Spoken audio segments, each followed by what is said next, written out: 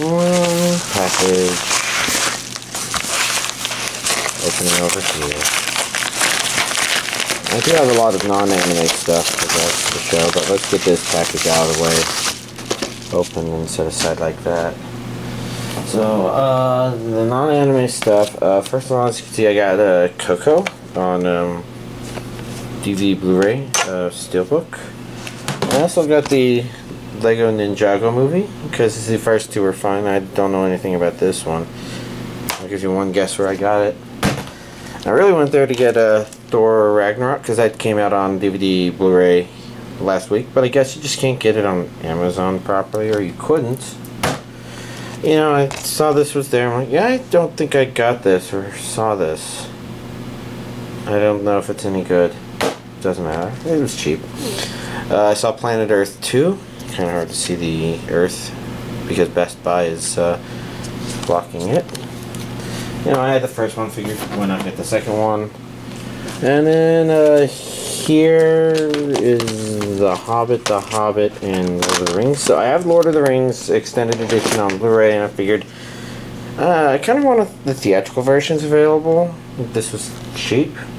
And because I was doing that, I'm like, okay, I guess I'll get the Hobbit. I don't really care as much about it. I'll figure out what I'm doing with these. I mean, I'm gonna rip them, but the idea is this is extended edition on Blu-ray, and then based on these are those three movies, 2-disc special editions. Based on the runtimes on the back, I kind of figured out that these are probably not extended editions. You know, they don't just say theatrical editions on them, but whatever. It means I have theatrical, non-theatrical versions, which is kind of neat.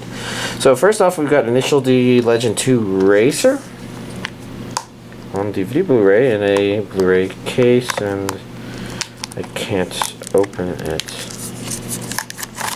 There we go. It's opened. Ow, ow. The edge is just a little poking me. Oh, back I see Blu-ray, DVD, I see audio, English audio. I think my hypothesis has been that this is a remake of Initial D of some sort, maybe, or I don't know. I got the Blu-ray version, and unfortunately, you see they accidentally printed the DVD version upside down. Oh wait. And white background, so nice simple release. Next up is another simple season 4 of D.Gray-man part 1. Is that right? Did I already have a part 1, or did they release part 3s?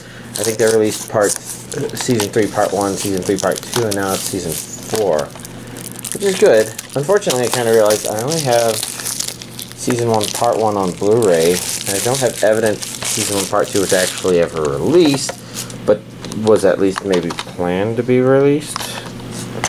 I don't know.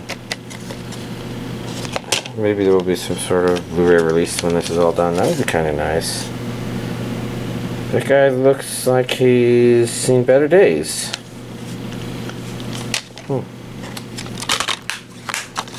I don't think I ever saw far enough in the series to know for certain who that is, unless they're a character I know and I just don't recognize. Oh well, and last but not least, we have Tales of Zestiria the X. This should be a season 2. And I don't remember if there was a different version. You know, the character designs on this are on par, even if something about the storytelling feels off. Anyways, regions A and B, English dub.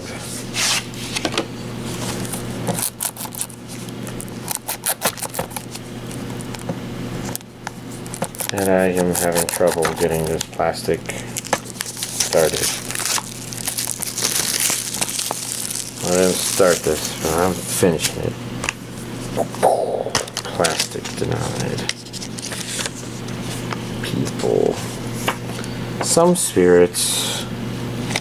Let's see, we have Blu-ray disc 1, Blu-ray disc 2, DVD disc 1, and DVD disc 2. Big surprise. That's the way these Funimation releases tend to. That is Funimation. Yeah. That's the way Funimation plays. Yeah, it's not working. So we'll just do that. I'll figure it out later. Or never. Anyways, it's small, but here's this week's anime DVD collection update. Alright, to begin with, I finished Dragon Ball Super Collection 3 with my friend. I think, based on where this began and what was said by the announcer at the very end of this, I almost wonder if these are a little off by one episode-ish. Which is unfortunate because it felt like it could have been maybe about to do something. It can be really hard to tell with the pacing and stuff. But anyways, yeah, it was just the last, I don't know, 3 episodes. Or was it more? I don't remember. It was the last however many are on the second disc of this one. And it was pretty fun stuff. Kind of interesting stuff, kind of curious stuff, trying to see what it's doing, hearing some ideas that are interesting, but in the end, we could only watch as much as we had without, you know, going and doing some other things. So, yeah, I'm looking forward to more Dragon Ball Super whenever Volume 4 comes out, or Part 4. Next, I watched The Last Witch Izetta, and it was okay, I thought. It didn't mesh entirely with what I felt like I wanted to watch when I started watching, I guess. And it's hard to say exactly what was off. And I suspect a lot of people maybe felt similar because the rating is kind of on my anime list at least. And I don't know. It's kind of weird because I can't think of why it was off, because I kind of enjoyed ideas, the animation, the character designs or something. I think I said something last week, but I can't remember what I said, because I'm pretty sure I had started watching it. And I feel like it's maybe on the tip of my tongue, or maybe the tip of my brain or something. But, oh well, overall, watched it. It ended, I guess one of the feelings I thought was that maybe it had to shift directions thematically a little too quickly in order to do a couple of things, maybe? But, I don't know. I'm not quite sure why it's rated what it's rated. And, based on that feeling, I was gonna maybe go with something else. But for some reason, Arpeggio Blue Steel Ars Nova's description got me curious, and I've seen the first episode of this. A part of me was thinking that maybe I was hoping this show would have a little more connection to it. It's kind of interesting because there is some of that there. But I just don't want to be dumped in, oh, here's a bunch of interesting characters we made, and it kind of feels like it started that way, but then it went into, oh, here's the thing that introduces the mystery and the relation and why you're kind of curious what's going to happen to the main characters. But I also feel like, you know, from a first episode perspective, because that's all I've watched, it sabotaged a little bit what I was looking for, because you know, they established her as a mysterious girl, but then they're like, oh, there's other ones, but are they going to be unsufferable cunts because maybe they're bad guys? I don't know. There's a part of me wondering if I'm, for the time being, becoming a little zombie-esque and not wanting as much conflict, which could have been what was off with Izetta for me. Like, I kind of liked some of the slice of life stuff and the happy stuff, but I don't know, with Izetta it was a little too grounded in reality for it to know that it could get away with doing that. I don't know what I'm explaining, and I'm not sure if I'm going to continue from the first episode or not. This one rates an entire point better than Izetta, but it's still in the okay category, and so I don't know what I'm going to do. Especially since I have a lot of options. This week's stuff, I didn't finish the first season of Tales of Zestiria, so I'm not going to watch the second season. I might have to go back and finish the first season if I can remember where I was. Probably just need to look at the video of what I talked about that week. There's a lot of videos like that. And obviously I'm not going to watch D.Gray-man Season 4. I need to catch up on that. So I don't know. I did watch Coco with a friend, and it's an interesting movie. It's one of the interesting things is I think the family is completely insufferable twats, and I felt satisfied knowing they were all strangled or something, because I don't know, they were worse than, they were just really bad people.